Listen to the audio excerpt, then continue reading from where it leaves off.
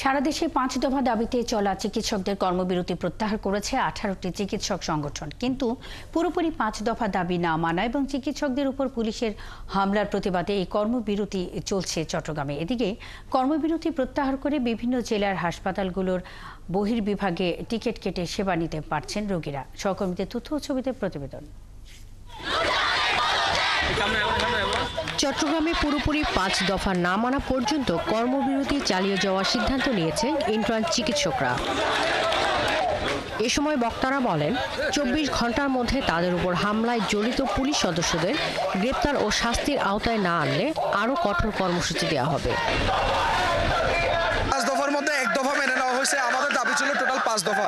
বাকি ৪টার ব্যাপারে আমরা স্পষ্ট কোনো নির্দেশনা না পাওয়াতেই আজকের এই কর্মসূচি, এবং একই সাথে গতকালকে যে হামলা করা হয়েছে ন্যাক্কারজনকভাবে, সেই হামলার প্রতিবাদেও আজকের এই কর্মসূচি। এটা যদি কার্যকরভাবে আমাদেরকে যদি আশ্বাস দেওয়া হয় যে এগুলো খুব দ্রুতই প্রণয়ন করা হবে, তাহলে আমরা খুব দ্রুতই ক্লাসে ব্যাক করব। চট্টগ্রাম মেডিকেল কলেজ হাসপাতালের পরিচালক জানান, আইসিইউ, সিসিইউ ও লেবার ওয়ার্ড সহ জরুরি বিভাগ চালু রয়েছে।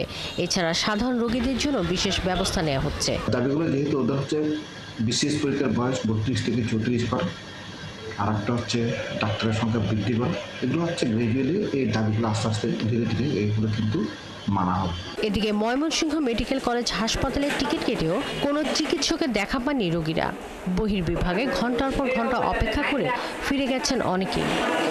একটা ইমার্জেন্সি ডাক্তার দেখাবো, কালকে থেকে আমরা ঢাকা থেকে রেফার করে এখানে ময়মনসিংহ আসছে, এইখানেও ২-৩ দিন ধরে ঘুরতেছি, কোনো ডাক্তার পাইতেছি না। এভাবে আমরা কি করব?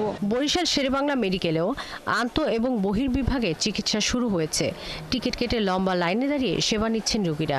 পায়ে ব্যথার জন্য আসছি, পায়ে ব্যথার সিরিয়ালে ডাক্তার দেখাবো। জ্বরের জন্য আসছিলাম, জ্বর ঠান্ডা, ডাক্তারকে বলছে, ডাক্তার সুন্দরভাবে দেখছে। ডক্টরস মুভমেন্ট ফর জাস্টিসের নেত্রী নাজিয়া আলী জানান, বৃহস্পতিবার ১৯টি চিকিৎসক সংগঠনের মধ্যে ১৮টি কর্মবিরতি প্রত্যাহার করে বিভিন্ন জেলার হাসপাতালের বহির্বিভাগে কাজ শুরু করেছে।